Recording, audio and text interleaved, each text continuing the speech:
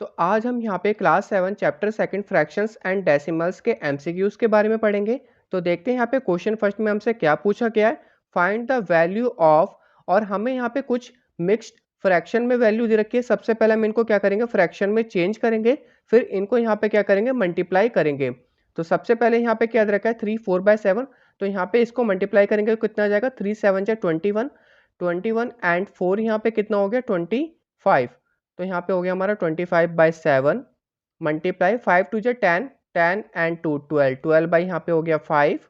उसके बाद हमारा यहाँ पे कितना हो जाएगा, 4 1 जा 4 एंड 7/4।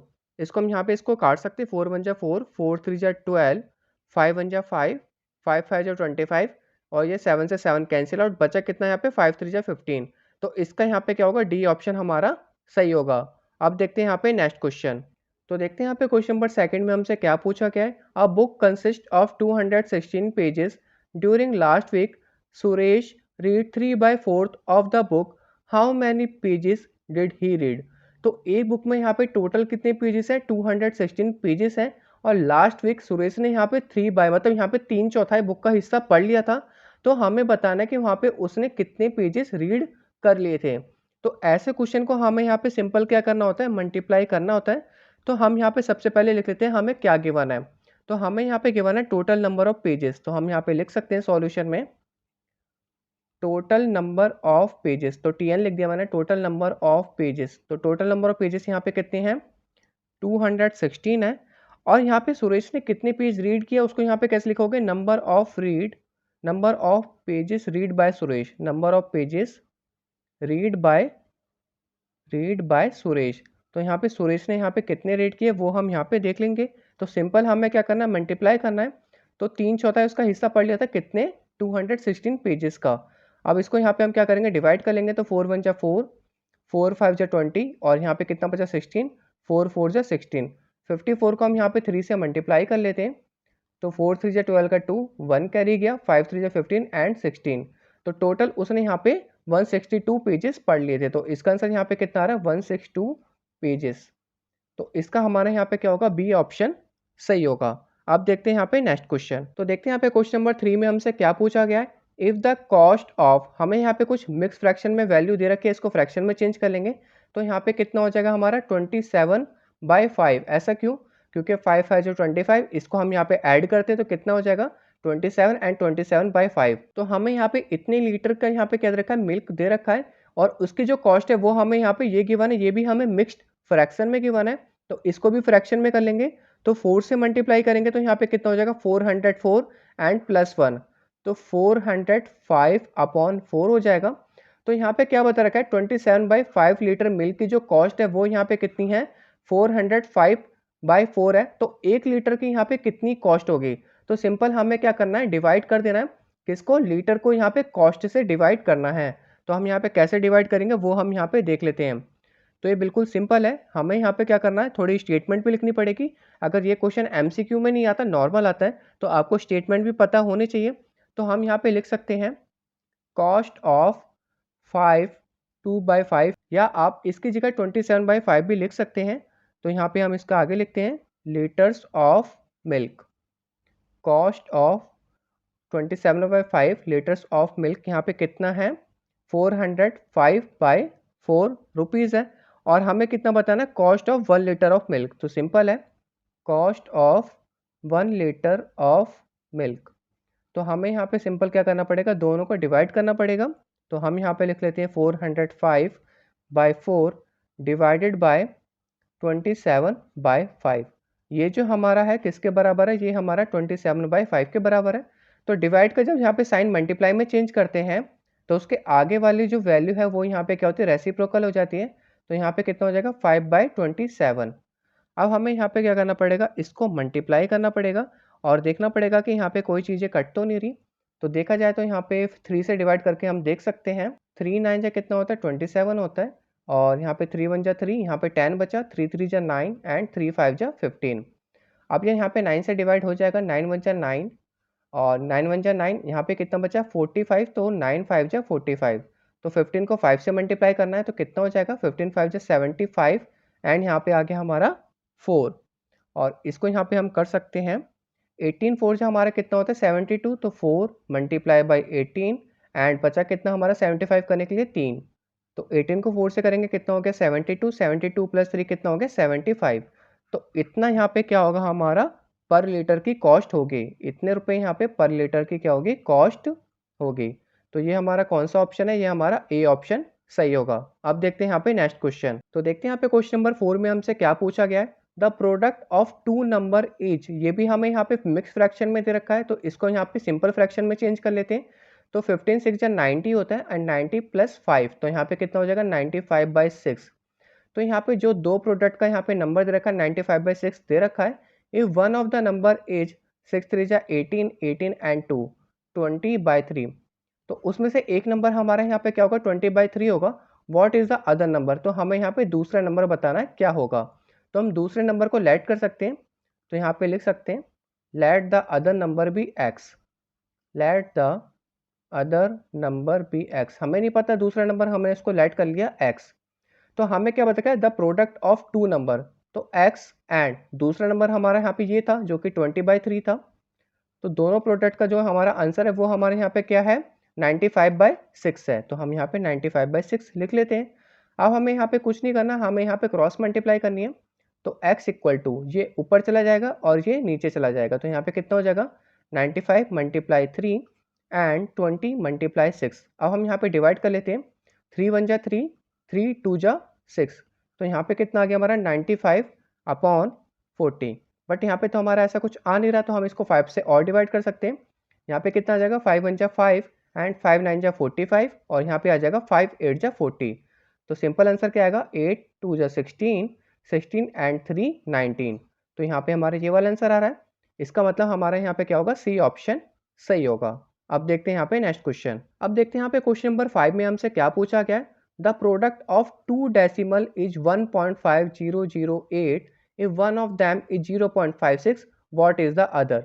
तो हमें यहाँ पे अदर नंबर नहीं पता, तो सिंपल हम यहाँ पे क्या करेंगे इसको भी लेट करके x मान लेंगे।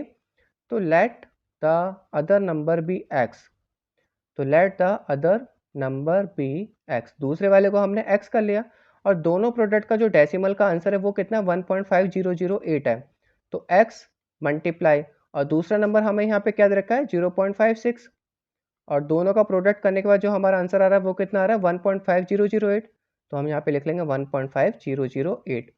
तो x इक्वल टू, इसके नीचे कुछ नहीं था 1 था, इसके नीचे कुछ नहीं था 1 था, तो यहाँ पे इसके नीचे चला जाएगा, तो यहाँ पे आ जाएगा 1.5008 डिवाइडेड बाय 0.56।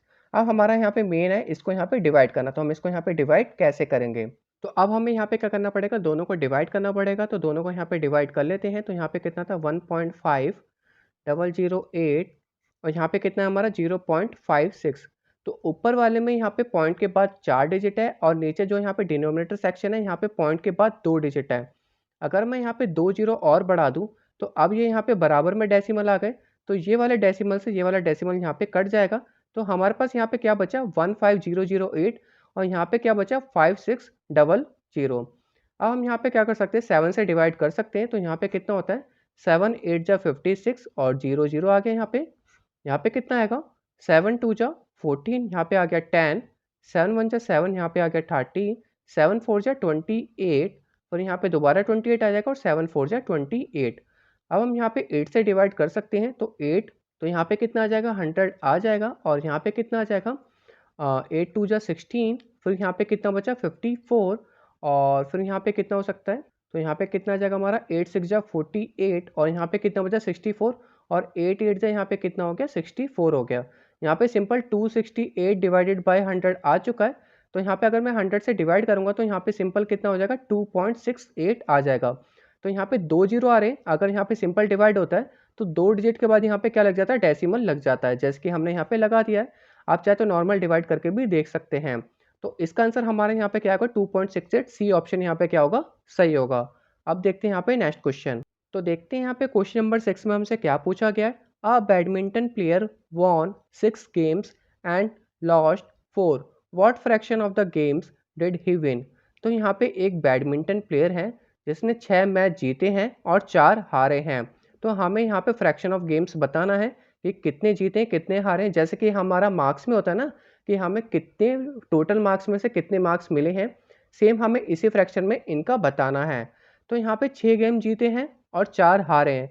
इसका मतलब जो टोटल गेम हुए हैं वो यहाँ पे कितने हुए हैं, 10 हुए हैं। टोटल गेम्स यहाँ पे कितने हुए हैं, 10 हुए हैं।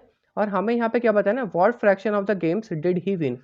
तो हमें यहाँ पे जीतने का खिताब बताना है। अगर यहाँ पे हारने का बताना होता तो हम यहाँ पे क्या लिखते, 4/10 लिखते। बट यहाँ पे पूछा क्या गया है, जीतने का पूछा गया है, तो हम यहाँ पे लिख सकते हैं इसकी जगह कितना आएगा हमारा यहाँ पे 6/10। तो 6 मैच जीते हैं 10 में से।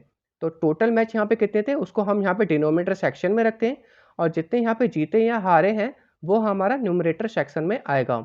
तो इसका हमारा यहाँ पे क्या होगा, सी ऑप्शन सही होगा। अगर यहाँ पे सी ऑप्शन नहीं दे रखा होता तो यहाँ पे हम इसको 2 से डिवाइड कर सकते थे, तो यहाँ पे कितना होता, 2 3 जा 6 एंड 2 5 जा 10। तो हमें यहाँ पे ऑप्शन में 3/5 दे रखा होता। तो आपको ये वाला भी पता होना चाहिए कि अगर हम इसको सिंप्लीफाई करके 3/5 भी कर सकते हैं। तो अब हम चलते हैं अपने नेक्स्ट क्वेश्चन की तरफ। तो देखते हैं यहाँ पे क्वेश्चन नंबर 7 में हमसे क्या पूछा गया, what is the value of. तो हमें यहाँ पे एक सिंप्लीफिकेशन दे रखी है, तो हम यहाँ पे क्या लगाएंगे, बोर्ड मास का रूल लगाएंगे, BODMAS। तो B से ब्रैकेट, O से ऑफ, D से डिवाइड, M से मल्टीप्लिकेशन, A से एडिशन एंड S से सब्ट्रैक्शन। तो सबसे पहले हम यहाँ पे क्या करेंगे, ब्रैकेट वाला सॉल्व करेंगे, और ब्रैकेट में भी हम सबसे पहले कौन सा करेंगे, स्मॉल ब्रैकेट सॉल्व करेंगे। और सबसे पहले जो भी यहाँ पे मिक्स्ड फ्रैक्शन में उनको हम यहाँ पे नॉर्मल फ्रैक्शन में कर लेते हैं। तो सबसे पहले यहाँ पे कितना हो जाएगा, 12 3 जा कितना होता है 36 एंड 37/12 माइनस 4 1 जा 4 एंड 7/4 प्लस 2 2 जा 4 एंड 5/2। ये हमारा यहाँ पे क्या है, करली ब्रैकेट है, माइनस 2 1 जा 2, यहाँ पे कितना हो गया 3/2 हो गया, माइनस 1/3, ये हमारा स्मॉल ब्रैकेट में, फिर curly bracket and then large bracket. अब हम यहाँ पे इसको सॉल्व करना स्टार्ट करते हैं स्मॉल ब्रैकेट से। तो यहाँ पे कितना हो जाएगा 37/12 माइनस 7/4 प्लस करली ब्रैकेट 5/2 माइनस, अब यहाँ पे एलसीएम लेंगे तो कितना आएगा, 6 आएगा, क्योंकि 3 2 जा 6 होता है, दोनों अलग अलग नंबर है। और यहाँ पे करते हैं इसको सॉल्व।